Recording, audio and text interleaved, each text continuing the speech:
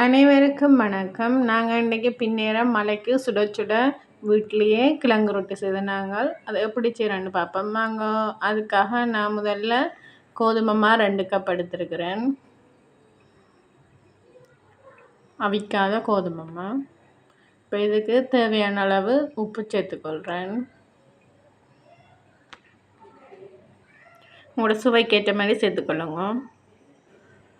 அடுத்ததாக நான் ரவையும் சீனியும் சேர்க்குறேன். சீனி கிறிஸ்பியாக இருக்கிறதுக்காண்டி, ரவை கொஞ்சம் சாஃப்ட் கொடுக்கும் என்பதற்காக ரவையும் சேர்த்துக்கொள்கிறேன். வறுக்காத அவிக்காத பச்சை ரவை தான் சேர்த்துக்கொள்கிறேன்.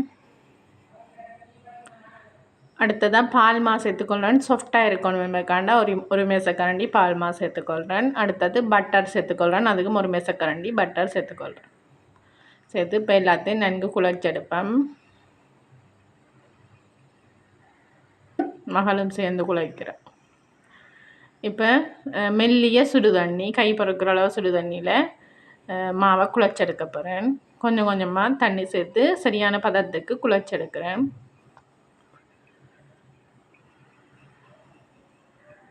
இப்போ சரியான பதத்துக்கு குழைச்செடுத்துட்டேன். இதை ஒரு 10 நிமிஷம் ரெஸ்ட்டில் விட போகிறேன். இப்போ இது மேலே காயாமல் இருக்கிறதுக்காண்டி இப்போ எண்ணெய் தடவி ரெஸ்ட்டில் விட போகிறேன் 10 நிமிஷம். அந்த 10 நிமிஷம் இடைவெளியில் கிழங்கு ரொட்டிக்கு தேவையான கறி வைப்போம். அதுக்காண்டி நான் அடுப்பு மூட்டி பாத்திரத்தில் ஈரங்காய விட்டு 2 மேசக்கரண்டி தேங்காய் எண்ணெய் சேர்த்துக்கொள்கிறேன். அடுத்ததாக சீரகம் கடுகு போட்டு தாளிக்கிறேன். அடுத்ததாக வெங்காயம் பச்சை மிளகாய் கறிவேப்பிலை வெட்டி வச்சுருக்கேன். அதையும் இதுக்குள்ளே சேர்த்துக்கொள்கிறேன். இப்போ வெங்காயம் ஓரளவு வதங்கிட்டு நல்லா வதங்கணும் இல்லை, கடிப்பட்டால் தான் கொஞ்சம் சுவையாக இருக்கும். இப்போ இந்த இடையிலேயே உருளைக்கிழங்கு 4 உருளைக்கிழங்கு எடுத்து வெட்டி வச்சுருக்கிறேன். கொஞ்சம் சின்ன வெங்காயம் எடுத்து வெட்டி வச்சுருக்கேன். அதையும் இதுக்குள்ளே சேர்த்துக்கொள்கிறேன். சேர்த்து இந்த எண்ணெயிலேயே லைட்டாக வதக்குவோம். வதக்கிட்டு தேவையான அளவு மிளகாய்த்தூள் சேர்க்குறேன். உங்களோட காரத்துக்கு ஏற்ற மாதிரி நீங்கள் சேர்த்துக்கொள்ளுங்க. நான் 3 மேசக்கரண்டி மிளகாய்த்தூள் சேர்த்துனேன். அடுத்தது தேவையான அளவு உப்பு சேர்த்துக்கொள்ளுங்க. இப்போ இந்த கிழங்குகள் அவியறதுக்கு தேவையான அளவு தண்ணி விடுறேன். எண்ணெயில் வதக்கினபடியாக தேங்காய் பால் விடாமல் தண்ணி தான் விட்டு கிழங்குகள் அவிய விட போகிறேன்.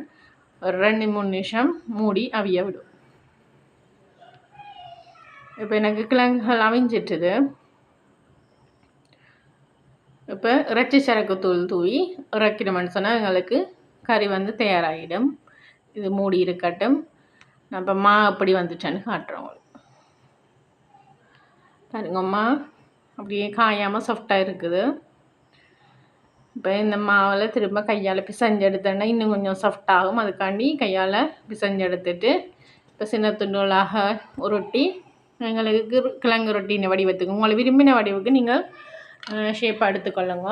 முக்கோணமாக இருந்தாலும் சரி, ரோல் மாதிரி உருட்டினாலும் சரி, அது உங்களோட விருப்பம் தான். எப்படியோ நாங்கள் சாப்பிட போகிறோன்னு தானே, சுவையாக இருந்தால் ஓகே எங்களுக்கு.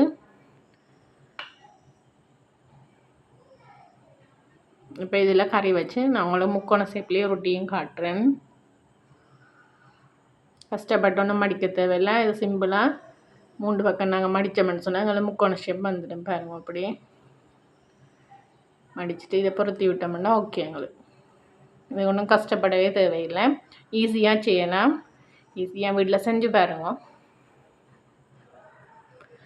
இப்போ மடித்த கிழங்கு ரொட்டிகளை நான் ஒரு பேனில் நான் எண்ணெய் விட்டுருக்கிறேன்.